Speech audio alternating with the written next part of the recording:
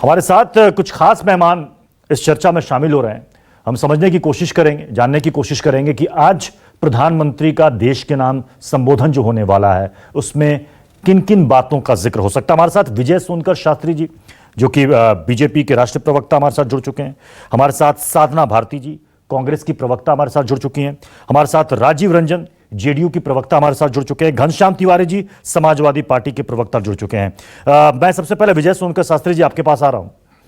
क्या यह माना जाए कि आज पीएम के संबोधन में राहत पैकेज 2 का ऐलान संभव है?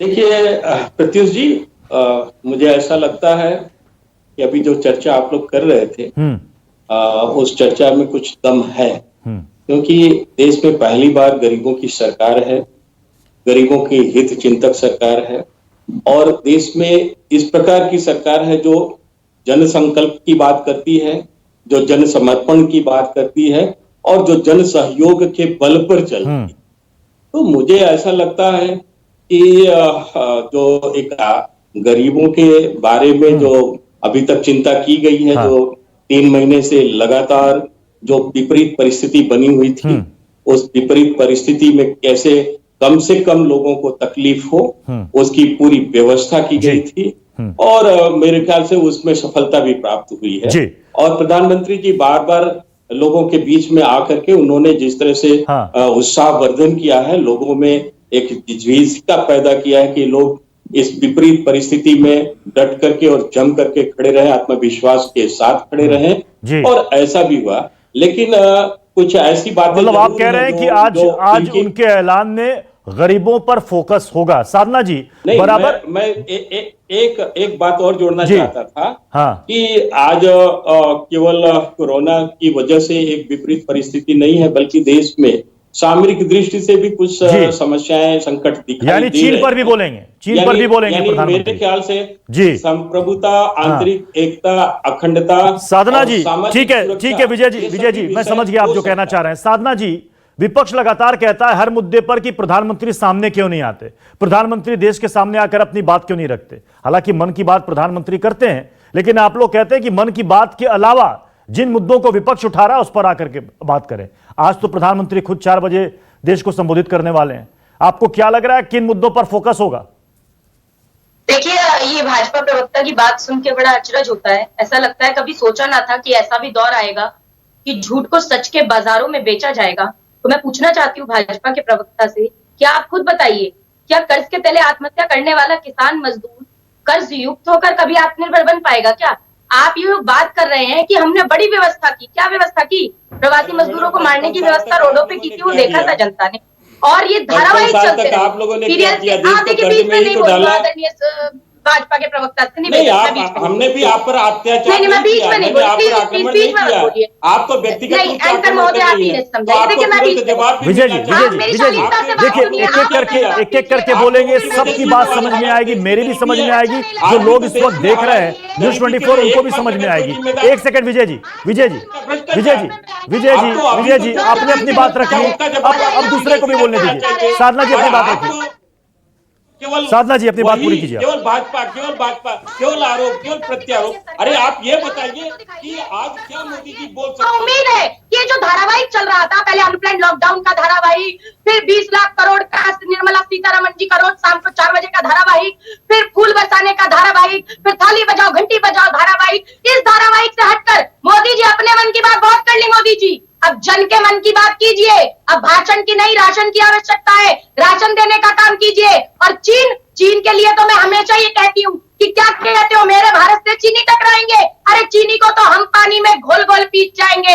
अरे वो अशुद्धता, वो बर्बरता, हमने उसको शुद्ध किया और हमने उसको बुद्ध दिया था, उसने हमको युद्ध दिया। तो जिन्होंने युद्ध की बात की, अगर आप एप्लीकेशन बंद करने की बात करते हो तो उम्मीद करती हूँ प्रधानमंत्री मोदी जी आज बोलेंगे हुवेई के ऊपर, जिसके ऊपर यह आरोप लगता रहा जिस कंपनी पे, जिस देश में भी उस कंपनी ने काम किया उस देश की सूचनाओं को चीन की सरकार तक पहुंचाने का काम किया। और ऐसी कंपनी से आपने 7 करोड़ रुपए का प्रधानमंत्री पीएम केयर फंड, जो एक विवादास्पद फंड है, उसके अंदर इन्होंने फंडिंग करवाने का काम किया। पेटीएम पर खोलने का काम करेंगे। टिकटॉक ने जितना 100 करोड़ पेटीएम ने देने का काम किया, 38% चीन का शेयर है, उस पर आप खोलने का काम करेंगे। और बोलेंगे आप मजदूरों पर, गरीबों पर, उनको रोजगार कैसे दिया जाए, ये बात करेंगे। और हाँ, विपक्ष पे अब की बार सवाल नहीं उठाएंगे, क्योंकि हमेशा से हम देखते आए हैं कि सरकार एक्शन लेती है और विपक्ष सवाल उठाता है। ये पहली सरकार है ठीक है, जो कि सवाल ठीक है, उठा रही है और विपक्ष का जवाब सवाल है। उठाना और डीजल और पेट्रोल उसका पर भी अधिकार जवाब भी देंगे, है इसकी और भी उसका उम्मीद करती कर्तव्य भी है। घनश्याम तिवारी जी, विपक्ष में रह करके ये बोलना और आलोचना करना बहुत आसान हो जाता है कि सरकार ये काम नहीं कर पा रही है, सरकार से ये उम्मीदें थी, लेकिन जब वही पार्टी सत्ता में रहती तो उसके सामने भी कई सारी मुसीबतें होती हैं। इस वक्त चीन का मसला भी सामने है, लेकिन शायद उससे ज्यादा इस वक्त जरूरी है देश के अंदर कोरोना संकट की वजह से अपने लोगों के साथ जो विषम स्थितियां इस वक्त खड़ी हुई हैं। आपको लग रहा है कि आज के संबोधन पर फोकस कोरोना रिलेटेड समस्याओं पर ज्यादा होगा? घनश्याम तिवारी जी, देखिए, अगर प्रधानमंत्री जी के पिछले भाषणों के दौर पर आप गौर करें तो मोटा मोटी बहुत सारे भाषण खोखले साबित हुए हैं, कोरोना दौर में खासकर। चाहे वो पहले जो लॉकडाउन की घोषणा थी उसमें कहा गया कि 21 दिन में जैसे सब कुछ ठीक हो जाएगा, उस घोषणा ने देश के श्रमिकों को, देश के कमजोर लोगों को, कामगारों को एक तरीके से परेशान किया, उन्हें दर दर भटकने के लिए मजबूर कर दिया। सैकड़ों लोग चलते रहे, सरकार ने ट्रेन रोक दी, उत्तर प्रदेश की सरकार ने बसें रोक दी। तो उस घोषणा से जो दौर शुरू हुआ है उससे लगातार जनता को परेशान किया है। जहां तक कोरोना में जनता के लिए कुछ करने की बात है, इस सरकार ने अभी तक कोई ठोस काम नहीं बताया किस तरीके से देश में जो छोटे उद्योग चौपट हो रहे हैं उसमें सरकार क्या करने वाली है। 20 लाख करोड़ का जुमला ही रह गया। वो सिर्फ जैसा कि साधना जी ने कहा एक धारावाहिक था जो लोगों को मन बहलाने के लिए जिसको आरंभ किया गया। उसके अलावा हर रोज अखबार में आज भी छपा हुआ है सीएमआई की रेट की बेरोजगारी की दर 10% से अधिक बेरोजगारी बढ़ गई है। सरकार की तरफ से कोई ऐसा मंत्री नहीं है, सोनकर शास्त्री जी सबके पीछे बोल रहे हैं, हमसे वरिष्ठ हैं, वो सरकार की तरफ से एक मंत्री का एक बयान बता दें जिसने 10% की बेरोजगारी दर के बारे में कुछ ठोस बात कही हो। उत्तर प्रदेश में 1 करोड़ सवा करोड़ रोजगार का जुमला खेला गया। ये जुमला अप्रैल में शुरू हुआ, पहले कहते थे 5 लाख देंगे, जब मई में कहा 11 लाख देंगे, अब जून में कह रहे हैं 1.25 करोड़ देंगे। अभी तक दिया कुछ भी नहीं है। जहां तक चीन की बात है, जिस दिन से प्रधानमंत्री जी ने कहा है, घनश्याम तिवारी जी, मुझे एक छोटे से ब्रेक के लिए यहां पर रुकना पड़ेगा। ब्रेक के बाद मैं राजीव रंजन जी के पास भी जाऊंगा।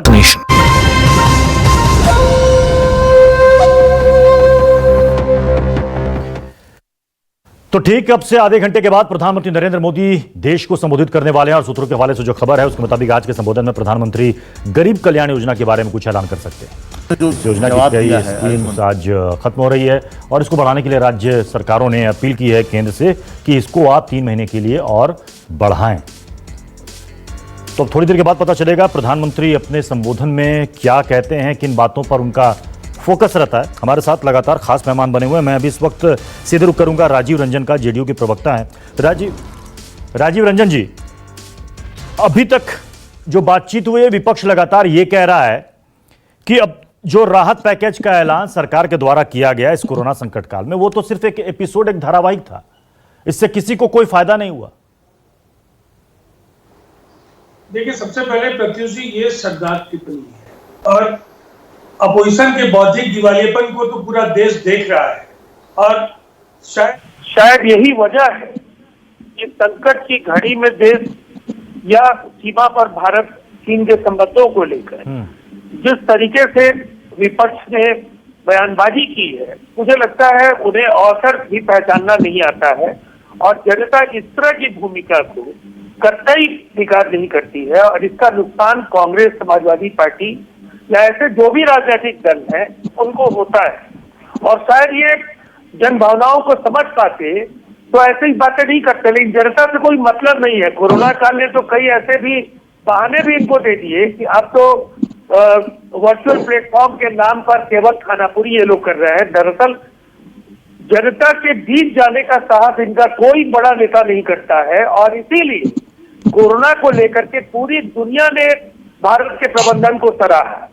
मैंने कहीं नहीं देखा कि समाजवादी पार्टी ने कभी कोई श्वेत पत्र जारी किया हो, इन्होंने इतने राहत शिविर लगाए, इतने लोगों को अनाज दिए, इतने लोगों को मुआवजा पहुंचाया।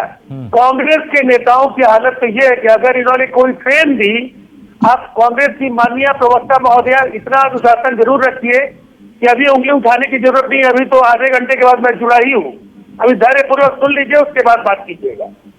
देखिए प्रत्युष, एक बात बिल्कुल साफ है कि जनता लेकर के कांग्रेस ने ट्रेन चलाने की शुरुआत कर दी, सूरत के रेलवे स्टेशन पर जाकर के इनकी मदद का तरीका भी इतना विभत्स है। अगर ये मदद करते हैं तो मदद लेने वालों की क्या स्थिति बनाते हैं। ये तो दानवीर कर्ण का राष्ट्र है। जो हमारी संस्कृति है, जो हमारा जो विरासत है, वो ये सिखाता है कि एक हाथ से दो दूसरे हाथ को पता नहीं चलते। कांग्रेस के लोगों ने तो कुछ किया नहीं, लेकिन वाहवाही लूटने के लिए कहीं रेलवे स्टेशन पर चले गए, कहीं कैंप्स में जाकर के एक ऐसा वातावरण बनाया जिससे ठीक है। आप ये कह रहे हैं कि संकट की स्थिति में विपक्ष ने अगर किसी की मदद की तो अपनी सियासत चमकाने के लिए की। मैं इस पर दोनों से जवाब लूंगा, घनश्याम तिवारी और साधना जी से। मैं रमन के पास जाऊंगा, अपने पॉलिटिकल एडिटर के पास। रमन, वैक्सीन को लेकर क्या खबर है, जरा बताइए अपडेट एक बार फिर से रमन।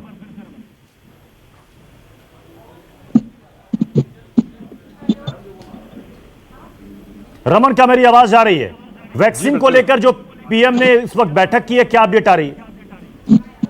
देखिए, वैक्सीन को लेकर प्रधानमंत्री की बैठक अपने आप पे काफ़ी महत्वपूर्ण इसलिए है कि अभी तक ये नहीं कहा गया है कि वैक्सीन कब लॉन्च होगा, लेकिन ये कहा गया है कि जब भी लॉन्च होगा तो आपको पूरी तरीके से कोऑर्डिनेट करके इसे जो सबसे ज़्यादा ज़रूरतमंद व्यक्ति हैं उनको सबसे पहले इसे मुहैया कराना है। क्योंकि जब वैक्सीनेशन की शुरुआत होगी उस वक्त ये कहा जा रहा है कि लोगों में काफ़ी ज़्यादा होड़ हो सकती है इस बात को लेकर, काफ़ी ज़्यादा लोग परेशान हो सकते हैं कि उन्हें सबसे पहले वैक्सीनेट किया जाए। इसीलिए उम्मीद के मुताबिक ये कोऑर्डिनेशन सही तरीके से किया जाए हर एक डिपार्टमेंट के साथ, ताकि जो जरूरतमंद या बहुत ज्यादा जिनको जरूरत है उनको सबसे पहले वैक्सीनेट किया जाए। और कहीं ना कहीं कह सकते हैं कि इतने लंबे समय के बाद, इतनी लंबी मुश्किलों का सामना करने के बाद जो संकेत मिल रहे हैं, अगर कोविड-19 का वैक्सीन बनाने में सरकार सफल हुई है, ये बहुत बड़ी खुशी की बात है।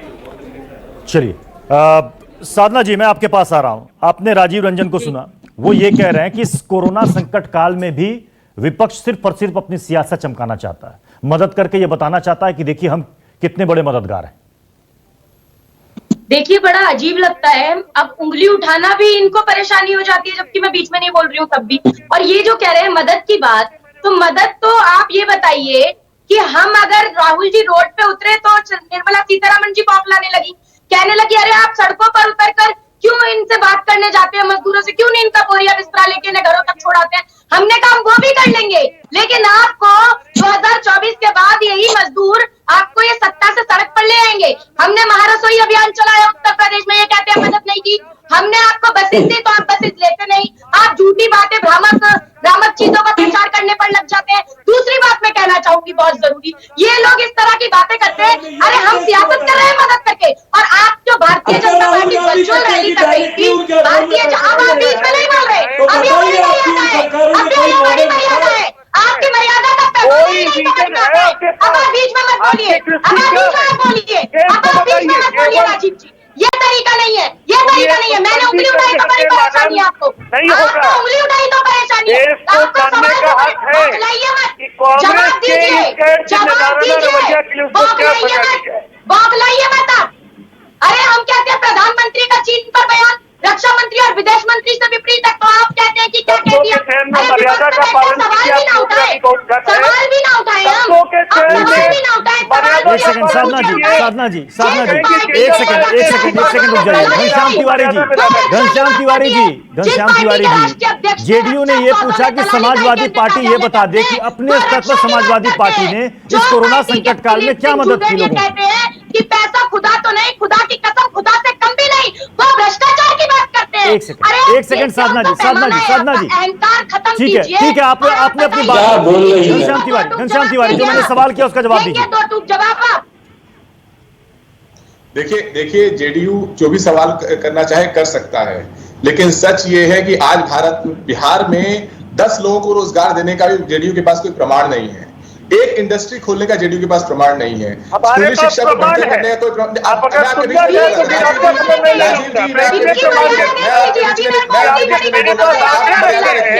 आपके जैसा सीनियर नेता सबके पीछे बोले लगे, ये अच्छा नहीं लगता।